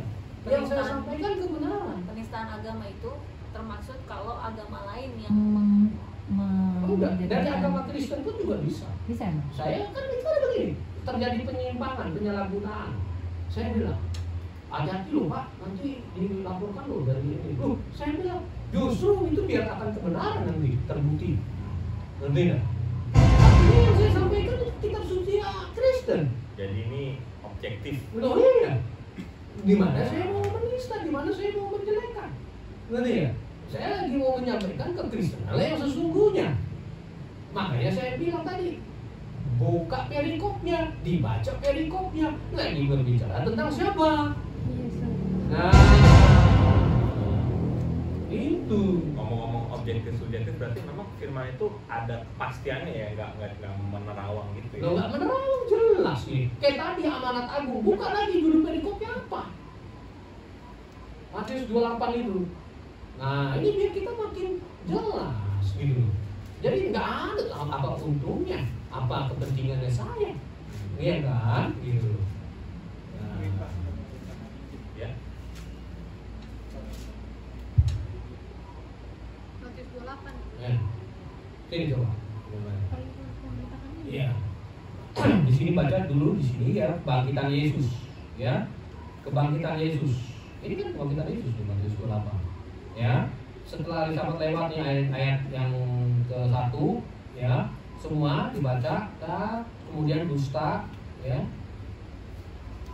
dusta mahkamah agama, terus kemudian perintah untuk memberitakan Injil. Perhatikan, dan ke-11 murid itu berangkat, bukan 12 ya, pada saat itu ke-11 ya, saya perbaiki ya, ke-11. Jadi Yesus lagi berbicara kepada ke-11 murid itu, karena setelah Yesus naik ke surga baru di Kisah Rasul itu kan. Nah, di Matius itu ya. Saya koreksi 11 murid ya. Ketika melihat dia, mereka menyembahnya, tetapi beberapa orang ragu-ragu. Ya, perhatikan. Yesus mendekati mereka dan berkata, "Kepadaku telah diberikan segala kuasa di surga dan di bumi." Baru lanjut ayat 19 ya kan? Karena itu pergilah. Ini ditujukan ke siapa? Ke 11 murid. Jelas kan? Ayat 16-nya nanti dibaca, dan ke-11 murid itu berangkat ke Galilea, ke bukit yang telah ditunjukkan Yesus kepada mereka. Ketika mereka melihat Yesus, ngerti tidak? Perhatikan, ke-11 murid melihat Yesus, ke-11 murid menyembah Yesus Kristus, ngerti tidak? Ya, ngerti dulu. Tetapi beberapa orang ragu-ragu. Dari ke-11 itu ada yang ragu-ragu. Ngerti ya? Nah, Yesus berkata kepada ke-11 murid itu, "Kepadaku telah diberikan segala kuasa di sorga dan di bumi. Karena itu, pergilah." Yesus memberitakan siapa?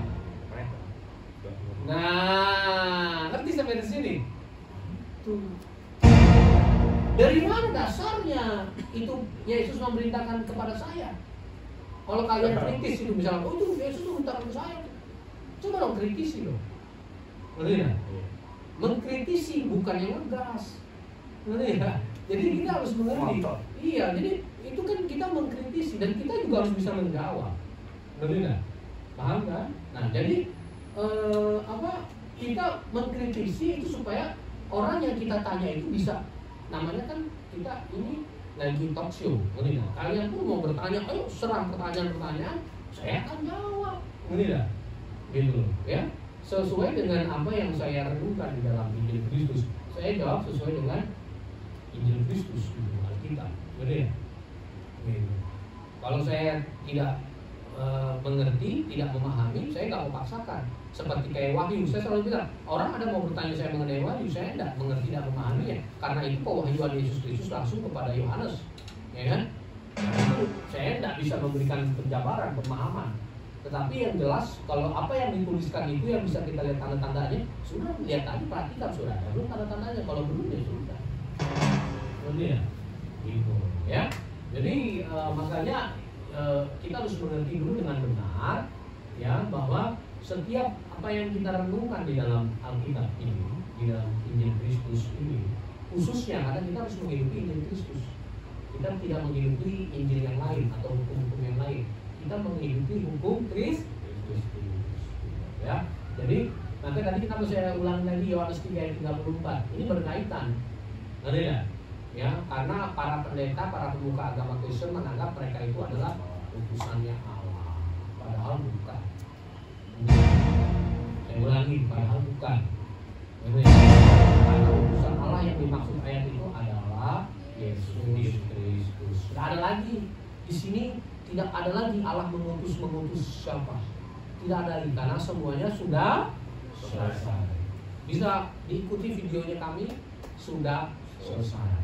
Jadi di sini tidak ada lagi Allah mengutus si A, si B, si C. Maka mari kita renungkan kalau Allah masih mau mengutus A, B, C, D, E, F, G, bapak ini, ibu ini, bapak ini, buat apa Yesus mati di kayu salib? Buat apa dia berkorban? Dan itu sudah menyucikan semua umat manusia. Maka setiap manusia saat ini bukan lagi utusan. Tetapi murid mengikuti jejaknya dan kita bersaksi, kita sudah berbuah menjadi kesaksian bagi semua bangsa. Begitu. Ya, sudah full man. Sudah. Enggak maksudnya, singan. Oke, jadi itu ya mengenai bagaimana memberitakan Injil sesuai dan kita membongkar miskonsepsi yang terjadi ya, baik itu model penginjilan maupun pemahaman bahwa para penginjil itu bisa Allah ya.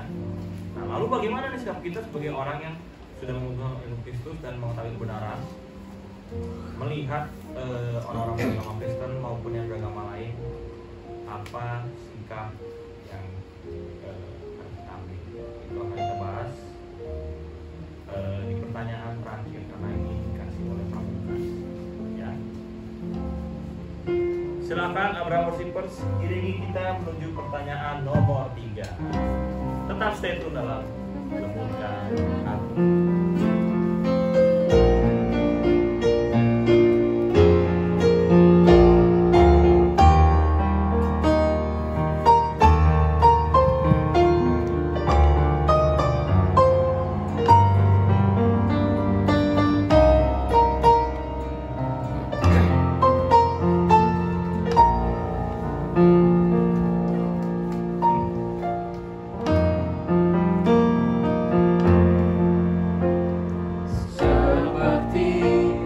Wanita mengurapimu, menangis di bawah kakimu. Demikian hidupku mau mengasihimu, Yesus Engkau baik bagiku. Sampai akhir ku menutup mata, ku tetap setia menanti janjimu.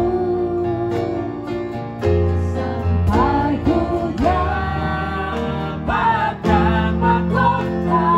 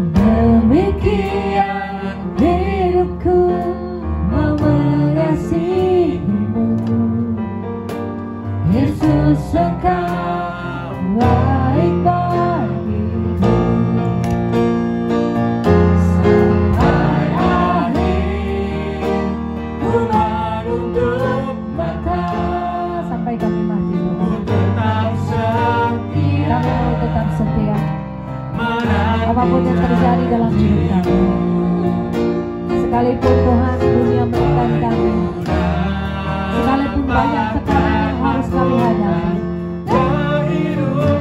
kami akan terus bekerja, kami akan terus berlari mengejar mahkota kehidupan yang telah Kau sediakan untuk kami sampai akhir Tuhan. Kami menutup mata sampai kami mati, kami tetap setia. Sekalipun banyak tawaran dunia Tuhan, kami berani berkata tidak. Kami berani tidak kompromi terhadap dosa, karena kami tahu hidup kami wajib hidup sebagaimana Kristus telah hidup. Mari kita ulang lagi dari awal. Ini resapi lagu ini. Seperti wanita mengurapiku Dari surga. menangis di bawah kakimu. Yesus yang dari surga menjadi manusia, sama seperti kita. Demikian hidupku mengasihi Menjadi manusia berdosa, Yesus dalam Engkau hidup baik yang mau sampai ke surga. sampai Satu jalan hanya melalui Yesus Kristus. Di dunia ini hanya Yesus Kristus yang dari surga. Tidak ada siapapun, tidak ada apapun yang dapat membawa setiap manusia ke surga. Hanya Yesus Kristus. Mari Bapak Ibu setiap kita dalam hati ambil keputusan untuk ikut Yesus Kristus. Agama berasal dari dunia, kekayaan, kenyamanan, kenikmatan, segala apapun yang ada di dunia itu adalah milik dunia. Untuk kita menjadi miliknya Allah, kita harus yang kita persembahkan adalah hidup kita. Hidup kita seperti wanita mempersiapkan Yesus untuk kematiannya. Dia mempersembahkan sesuatu yang sangat berharga bagi hidupnya. Saat itu Yesus Kristus belum mati, maka dia masih mempersembahkan sesuatu yang mahal untuk menyambut kematian Yesus. Dan saat ini Tuhan Yesus sudah mati, bangkit dan naik ke surga, menyempurnakan hukum Allah, dan Dia sendiri adalah hukum itu. Maka setiap kita manusia berdosa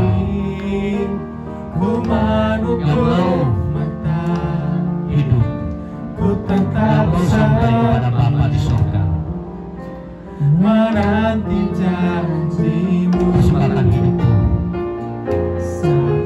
sampai ku dapatkan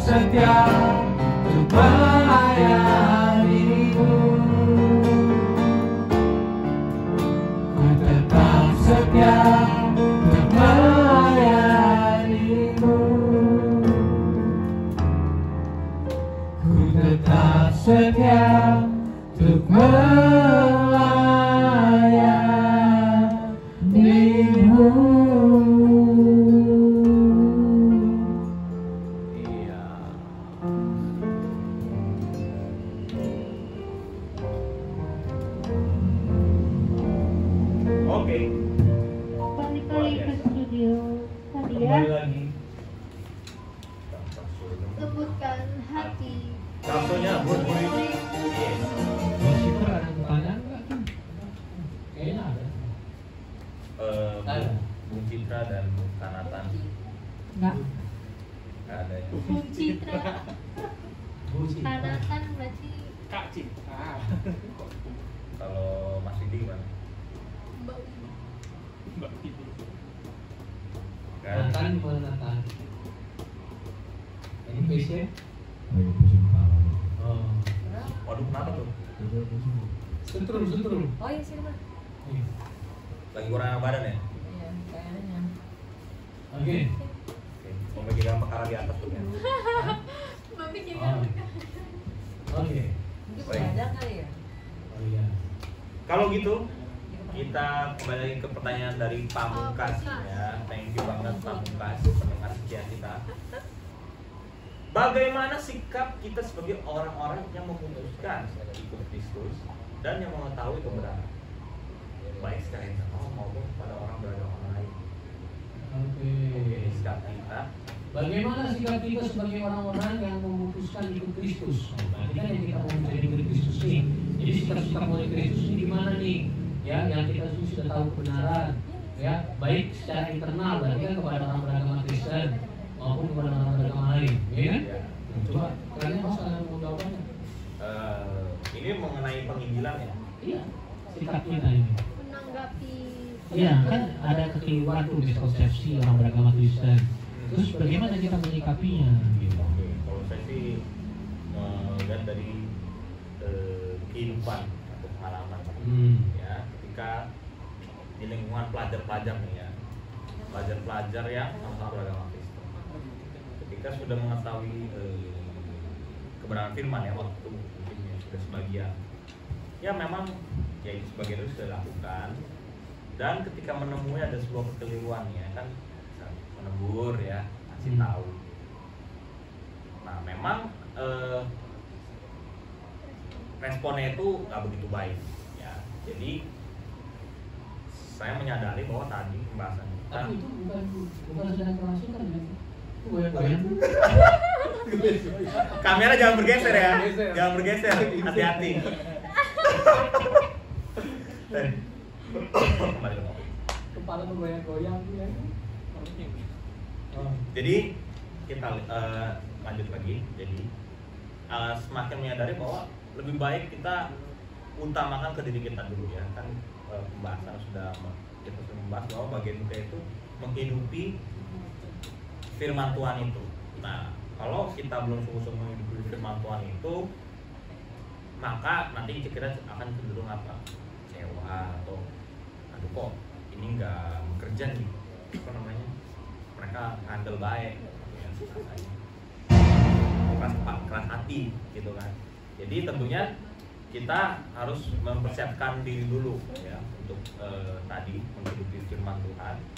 Maka untuk sikap kita kepada orang-orang tadi kita berbuah ya, sehingga secara internal nih orang beragama Kristen ini mereka ini loh, kita kasih bukti loh, nih nggak cuma ngomong doang kayak kamu misalnya gitulah kurang lebih. Jadi ini menurut Kristus sesungguhnya nih seperti ini, ada proof dan ada dasarnya juga di firman ya.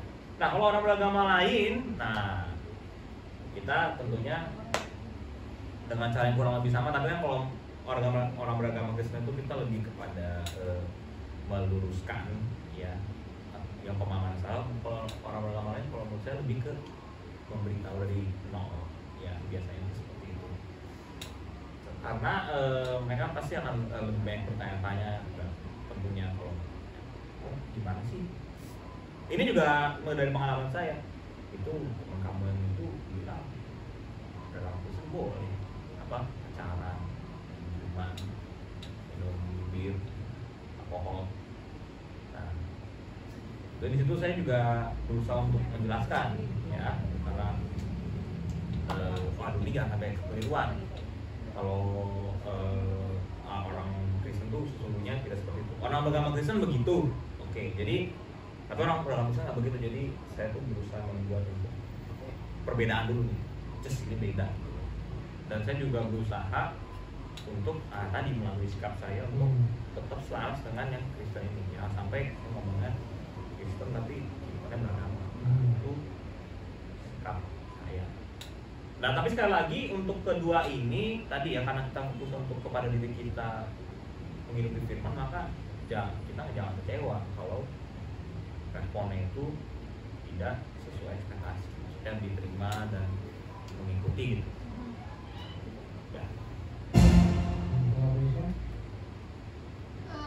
Kalau aku bagaimana sikap kita sebagai orang-orang dan yang mengetahui kebenaran untuk menanggapi berarti orang-orang yang menciptakan miskonsepsi di luar sana itu ya sebenarnya sama. Tapi kalau aku sendiri tuh lebih ke aku lebih ke diri aku sendiri dulu sih, soalnya karena kadang kalau misalnya orang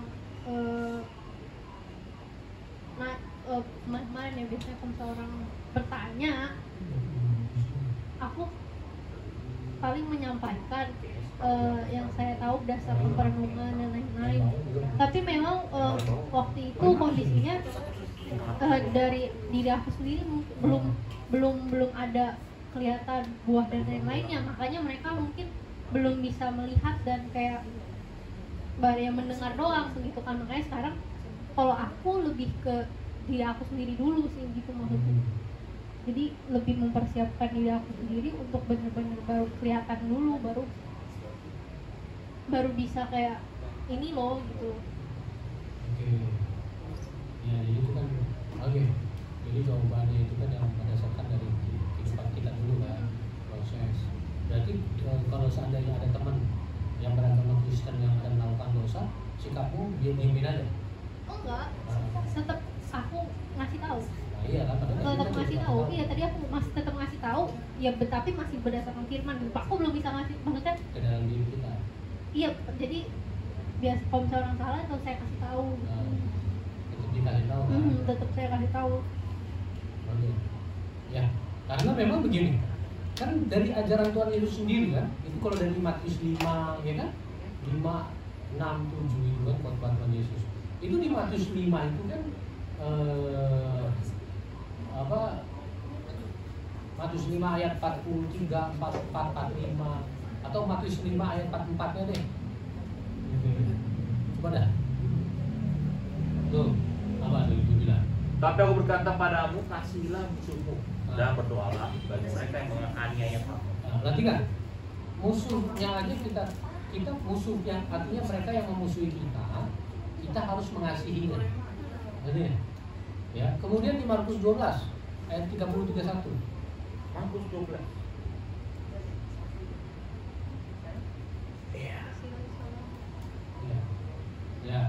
Ya. Ayat 30-31 lihat ini pertama ini yang tadi saya bilang, aku lagi mempersiapkan diri dulu. Nah ini yang untuk diri kita dulu. Betul ya? Inilah yang harus kita lakukan itu kepada diri kita dulu. Diri kita itu kepada Tuhan kita. Mengasihi Tuhan berarti dengan segenap hati, kekuatan, akal budi, segenap jiwa. Berarti nah. Nah, maka kalau kita sudah melakukan ini, nah yang keduanya ayat 31. Tuh, hukum yang kedua apa? Kasihilah sesama manusia seperti dirimu sendiri. Tuh.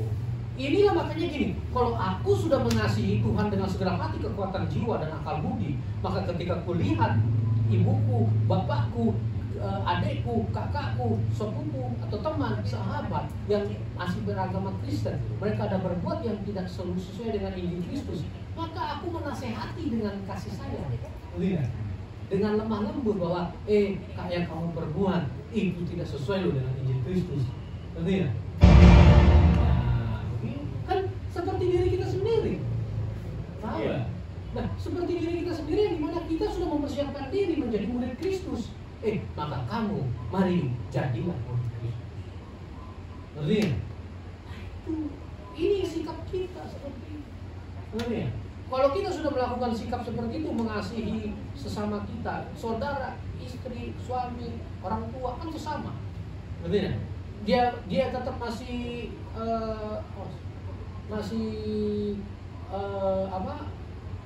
tetap hidup mau serupa dengan dunia, ya akhirnya kita nggak bisa maksain. Yang penting kita sudah melakukan bagiannya kita. Melakukan bagiannya kita apa? Mengasihi ini, gitu loh, ya. Paham nggak sampai di sini? Nah sambil kita pun juga mengawasi cara hidup kita. Makanya Rasul Paulus juga mengajarkan kepada Timotius, 1 Timotius 4 ayat 16. Tuh. Makanya gini loh, itu adalah pesannya Paulus kepada Timotius. Tapi kita belajar dari ini, ngerti tidak? Paham nggak? Mencontoh ini. Jadi segala tulisan ini kan untuk buat mengajar, mendidik kita, ngerti tidak? Paham ya? Sampai di sini. Jadi ini adalah tulisannya Rasul Paulus kepada anak didiknya Timotius. Nah, apa yang kita dapat dari sini? Maka kita belajar dari itu bahwa dulu aja Rasul Paulus mengajarkan kepada Timotius untuk demikian, tidak? Maka setiap kita juga begitu, paham nggak? Setiap kita belajar seperti ini.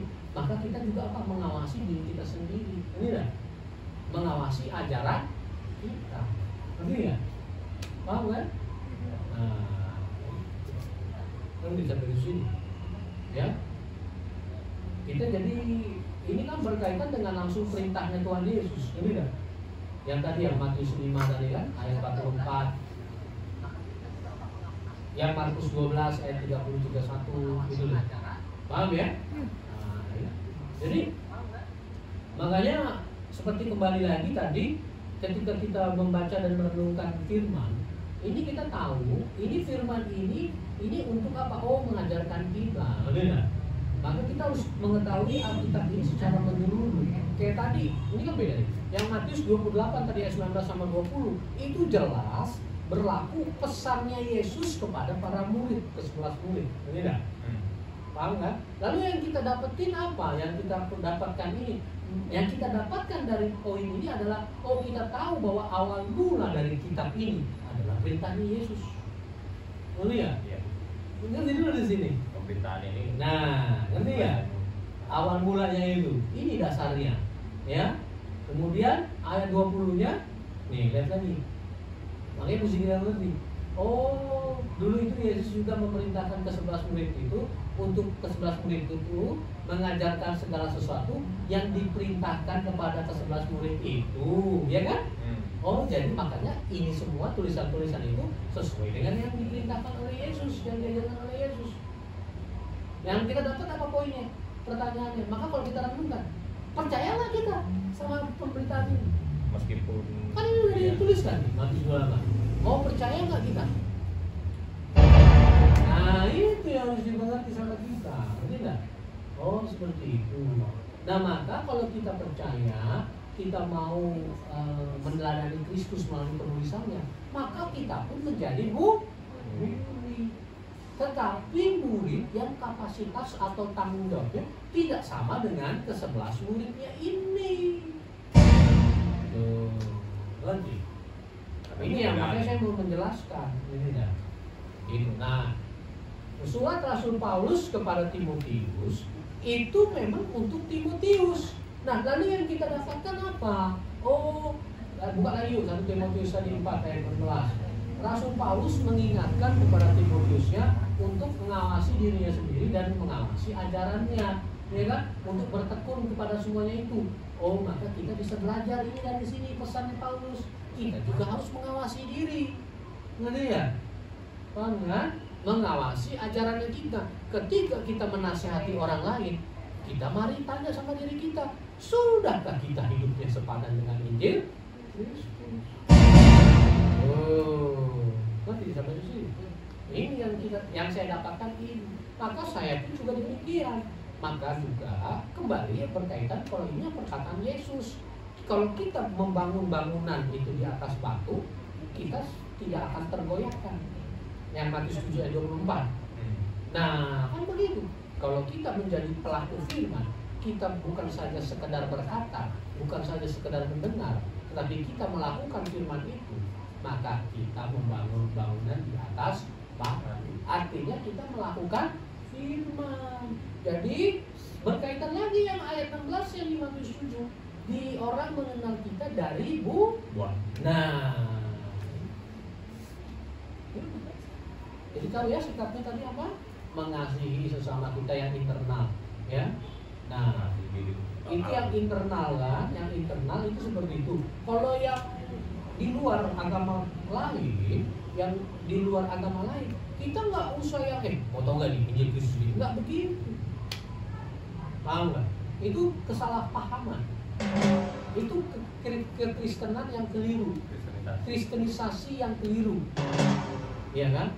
Itu kesalahpahaman setiap orang beragama Kristen atau pemuka agama Kristen yang menerapkannya itu yang tidak tepat, yang tidak sesuai dengan kehendak Allah. Yang dikehendaki oleh Allah atau Yesus Kristus itu sendiri adalah kita ini berdua. Makanya Yesus berkata di Matius 5, kalau nggak percaya ayat 16. Matius 5 lagi. Makanya semua ada dasarnya. Ayat 16. Demikianlah hendaknya terangmu bercahaya di depan orang, supaya mereka melihat perbuatanmu yang baik dan memuliakan Bapamu yang di surga. Nah, ini kan, ini lagi saya jelasin. Ini kan khotbahnya Tuhan Yesus, ya, untuk kepada para murid dan orang banyak ini khotbah di bukit, ya. Tuh.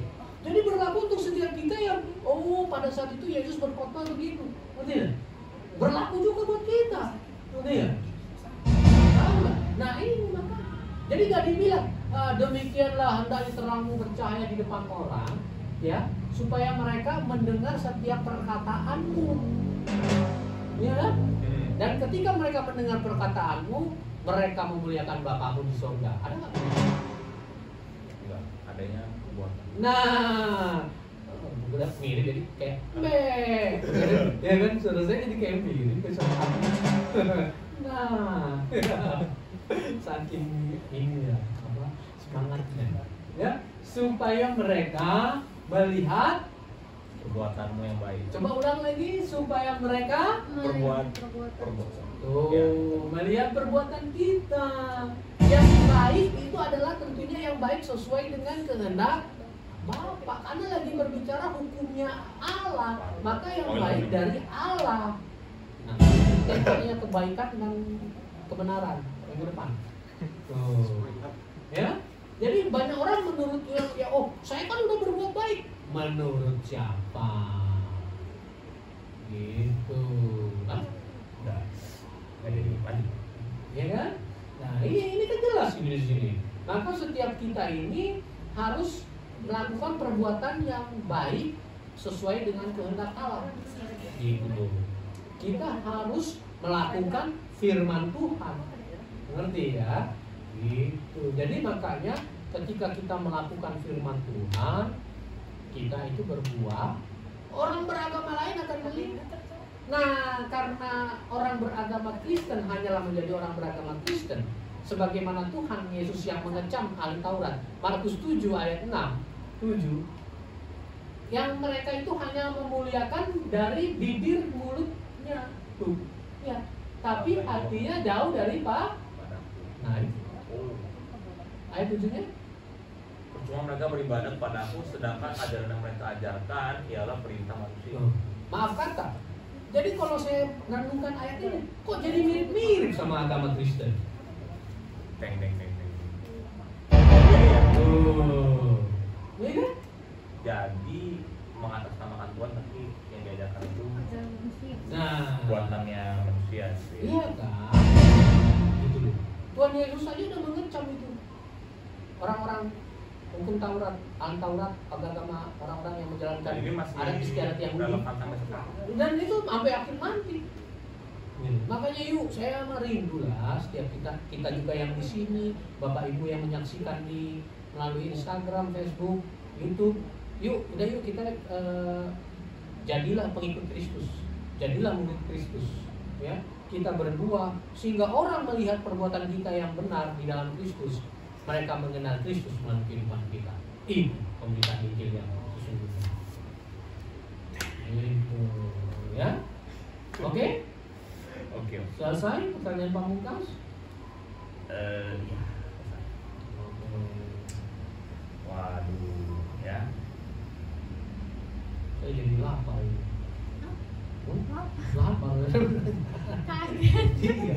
Kok jadi lapar ini bro? Kalau gitu kita sama. Lapar ya, jadi kita lapar ini. Aduh. Maka dari itu lebih baik kita simpulkan saja ya, Pak. Ya, Biar cepet makan. Enggak juga. Bukan. Enggak cuma ada nanti waktunya mantap. Oke, jadi kesimpulan yang bisa kita tarik dari sini,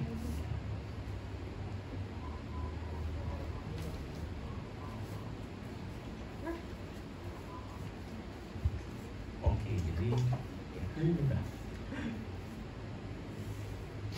bagaimana perintah Yesus dalam Al-Quran kita bicara penginjilan? Kita mengetahui dari kita bahas bahwa penginjilan sesungguhnya itu yang dikamalkan itu ditujukan untuk ke-11 murid, ya, yang tadi memerintahkan ke semua bangsa, jadikan semua bangsa muridku, dan mengajarkan apa yang sudah Tuhan Yesus ajarkan. Ini nih buktinya. Ada yang buku Alkitab ini, dan tentunya yang diberitakan di sini yang sudah yang ajarkan, yang kita direnungkan percaya atau enggak, ya. Itu bukan kepada berlaku pada kita, makanya butuh perenungan. Nah, bagaimana memberitakan Injil sesungguhnya jadinya ini? Nah, kita kan banyak mengira itu atau mungkin memiliki pemahaman bahwa dengan kita berkeliling menyampaikan ayat-ayat firman, ya, seperti ya kita bisa lihat pada umumnya orang seperti itu. Bahkan kita merasa bahwa kita ini urusannya Allah. Nah, sebenarnya tidak seperti itu, karena tadi kita sudah lihat bukan dari mulut, ya, atau cuak-cuak, tetapi kita harus menghidupi firman itu sendiri. Karena kalau kita mau mengasihi Tuhan Yesus, kita harus melakukan segala perintahnya. Dan bicara percaya kepada Tuhan Yesus itu adalah suatu tindakan, ya, pekerjaan, dan itu tentunya melalui perbuatan-perbuatan yang kita tahu mesti berbuat apa dengan merenungkan firman, bukan dengan pemikiran kita sendiri. Dan dengan begitu artinya kita bisa bersaksi mengenai siapa Yesus itu, karena kita sungguh-sungguh meneladani, ya, seperti kita bisa tahu baik buruknya sebuah mobil kalau sudah tes drive. Kita jadi tahu untuk bersaksi, nggak cuma ondok, ya. Itu dia. Sehingga kita menjadi buah dan orang-orang bisa melihat tadi, ya, kita menjadi terang yang bercahaya. Itulah kita sudah memberitakan ini. Dan itulah sikap yang harus kita lakukan, ya. Kita harus pertama kita kasih Allah dulu, kita siapkan diri kita hidup di firman, karena kita bisa mengasihi sama seperti kita mengasihi diri kita sendiri, yaitu dengan kita berbuah berdamai. Dan tentunya kristenisasi yang sesungguhnya berkaitan dengan tema yang sudah kita pernah bahas itu sekali lagi bukan dengan berkata-kata atau mengajak atau lagi memaksakan orang yang dari luar atau memaksakan, tapi kita harus buktikan ini loh Yesus ini seperti saya. Dan dia Yesus luar biasa. Jadi sampai di sini, ya. LH 116 pemberitaan Injil sesungguhnya tanggal 29 Agustus 2021. Kita akan kembali lagi di tanggal 5 September dengan judul Kebaikan dan Kebenaran. What's the difference and what's the big deal? Ya, kalau kita cari tahu perbedaan berarti ada something yang penting, ya. Yuk, singkat, siap-siap. Kalau begitu kita saksikan di Abraham Worshiper proses exorcism of Yesus jalan. Sebelum mengakhiri berdoa dulu dengan lagu alangkah baiknya Cike siapa memimpin doa. Mau berdoa dulu kita. Ya, mari kita berdoa. Bapa kami surga, terima kasih pada hari ini kami sudah menyelesaikan kerebukan hati, di mana kami telah belajar mengenai pemberitaan Injil sesungguhnya. Kami tahu bahwa pemberitaan Injil bukan hanya sekedar lewat bibir atau berkata-kata Tuhan, melainkan kami harus bisa menghidupi Injil Kristus dan firman-Mu dalam kehidupan kami, sehingga kehidupan kami, diri kami bisa menjadi kesaksian bagi banyak orang, di mana itu baru akan menjadi pemberitaan Injil yang sesungguhnya, yang berarti kami harus terus merenungkan firman dan terus melakukan perintah-perintah-Mu yang ada dalam Injil Kristus yang Bapa. Dengan itu kami mau Tuhan, kami mau menjadi kesaksian, kami mau menjadi saksi-saksi Kristus sampai akhir nanti. Terima kasih Bapak, kami ucap syukur, haleluya, amin. Terima kasih semuanya sudah terlibat dalam proses produksi. Langsung lembutkan hati, Bang Nasun, Bung Niki, Oke. Bung Nathan, Bung Isaya, Bung Sexy Boy, Saya pamit duluan ya. Bung Widi. Iya. Bos ya semuanya. Oh, iya, Ya, silakan. sampai jumpa. Kak Citra, Ya. Bu Nasun. Oke. Semangat, ayo Semangat Abraham berada. Worshippers. Yesus Dan- jalan. Dan di sesi. Kita Kita akhiri dengan sebuah lagu. Yesus jalan kebenaran.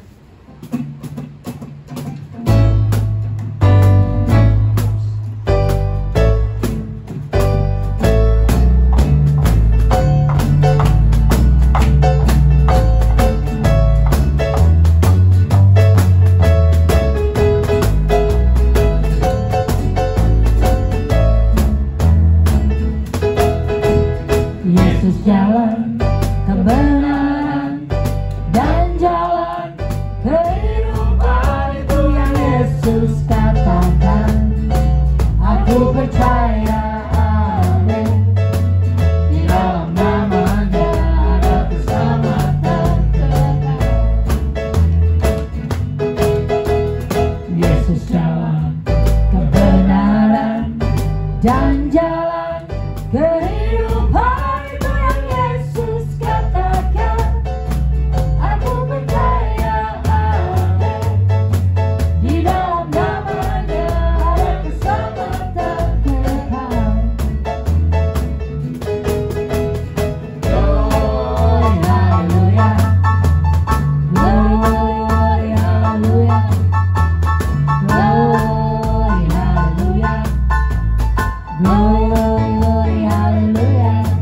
Di dalam namanya ada keselamatan kekal. Yesus jalan kebenaran dan jalan kehidupan, itu yang Yesus katakan. Aku percaya, amin. Di dalam namanya ada keselamatan kekal. Glory, haleluya. Glory, haleluya. Glory, haleluya.